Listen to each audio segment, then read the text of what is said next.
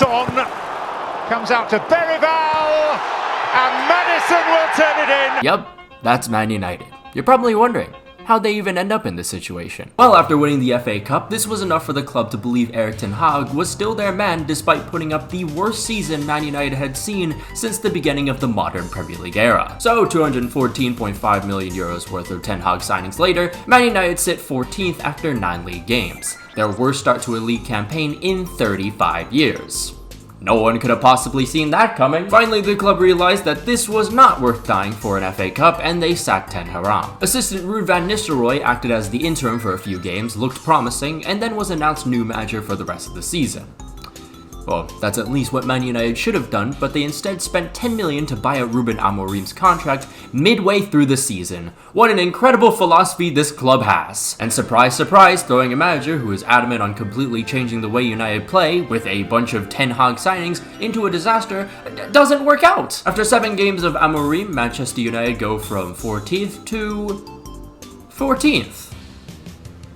Manchester United are back. That's where we left off last time, so how are things now? Just 4 days after losing to 18th place Wolves, Man United concede 2 goals against Newcastle in just 22 minutes. It honestly could have been more though, but what I find the funniest about this match, about 3/4 of the highlight reel is United getting ripped to shreds in the first half alone. Which all makes sense because United's attack was so bad that Amorim took Joshua Zirkzee off in the 32nd minute and he was showered with a rain of boos from the whole stadium. Man United spent 42.5 million euros on this guy, by the way.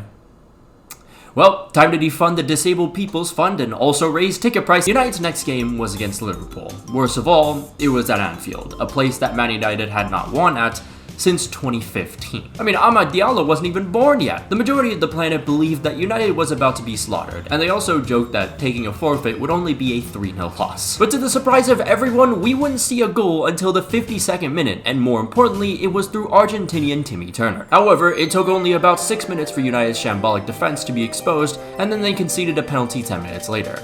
Alright guys, fun's over. Not so fast, says United's only competent goal scorer Amad Diallo as he equalizes with 10 minutes to go. And here comes Manchester United once more at the death. Joshua Zirkzee gets in behind, he squares it in the middle, and all is redeemed. And it's Harry Maguire!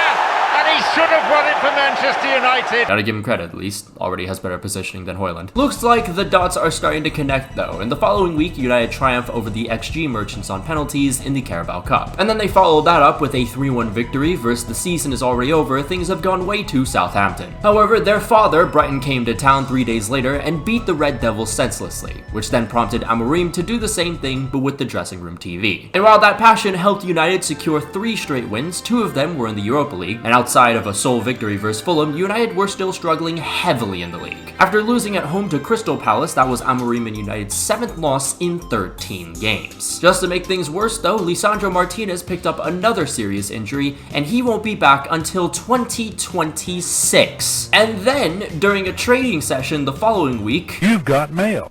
Yeah, the season's wraps. Nothing can save it now. We've already talked about Manchester United's attack. Yeah, that was all they had. A young prospect with 6 goals and 6 assists. Their only goal threat. Gone. Reduced to atoms. I mean, sure, there's Bruno with 5 goals, but 3 of them are penalties. And you want to know who's behind those 2? Marcus Rashford. Yes, the guy United just sent out on loan still has more goals than Garnacho, Zirkzee, and Højlund. Future me, can you please display how much Zirkzee and Højlund costed total?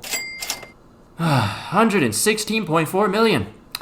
Sorry, Rupert. I know that janitor job literally feeds your kids, but anyways, United conceded early on to a team of hospital patients, and with no one besides the Twin Towers and someone who looks like they still bite pencils, the United attack produced nothing of note. So up to date, Manchester United are now 15th. Yes, that's right, they are worse than before. Now listen, I know it's a tough life for you Man United fans out there, or on second thought, pretty much anyone supporting a team that is driving them insane right now. But thankfully, I have something that might just help you. Enter 5 CBD high-potency 10mg Delta 9 gummies. First, you got Surge. Similar to a sativa effect, these will keep you feeling good whilst also helping you get your shit done. Then, you got Vibes. This is the hybrid effect. The gummy will still help you be productive, but you'll feel a lot more relaxed. Just put some Nujabes on, and you'll stop being angry about your recent loss to to bottom place Bochum. And finally, there's chill. Similar to Indica, this one is perfect for kicking it back after a productive day to binge a show or hop on the game. But if you're still feeling skeptical about 5CBD gummies, they are so confident that you'll love them that they're giving everyone the opportunity to try them out for free. That's right, all you gotta do is use the link in the description to get a free sample pack from 5CBD. All you gotta do is just pay shipping. By the way, you must be 21 or older to purchase. But anyways, a massive thank you to 5CBD for sponsoring this video.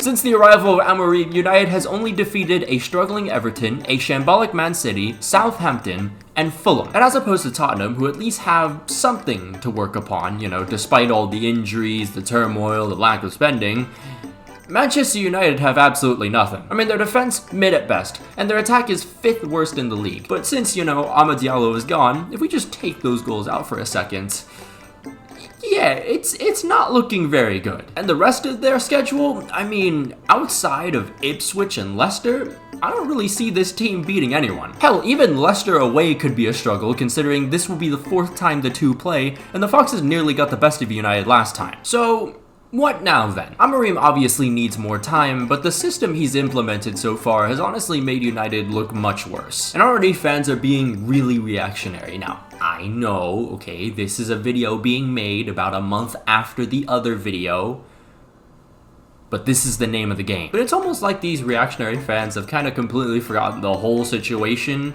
The fact that Amorim was just thrown into this midway through the season, and like all the players he's working with are mostly Ten Hag signings. Like, I don't really know what you want from him. Like, yeah, I do agree that maybe in a situation where you're 15th, you should probably make at least a few compromises. Like, you can have the foundation, you can maybe even have the shape, but just make a few adjustments, you know? You can't really just fuck around when you're 15th in the league right now. It's not like you're mid-table and you got nothing to play for. Like, right now, you are deadass 12 points above the relegation zone. Like, you know, context matters in this case. But also at the same time, I mean, like I said before, Amorim can only do so much. Outside of a few players that have shown some fight, and also Patrick Dorgu showing promise because, what do you know, he's an Amorim signing, everyone else has been kinda, what's the best way to put this? Ass. And I know some people are gonna be like, well, if it's the players that are so bad, explain Antony. He scored 3 goals in La Liga so far after being loaned out. Well, this isn't anything new. This is just Man United. They have the opposite of the Midas touch. Anything that comes within like 50 meters of them, it just turns to shit. I don't know why we're using this against Amorim. Here's the other thing. Who the hell would you even replace Amorim with? I've heard a couple people say Andoni Iraola, but does that guy really want to go from Bournemouth to this shithole? Again, Amorim needs like a whole year, because if you sack another manager, that's only gonna affect the players. They're gonna have to learn another way of playing once again. That in itself is so tiring, and you lose any form of chemistry. But I feel like United's just not gonna learn.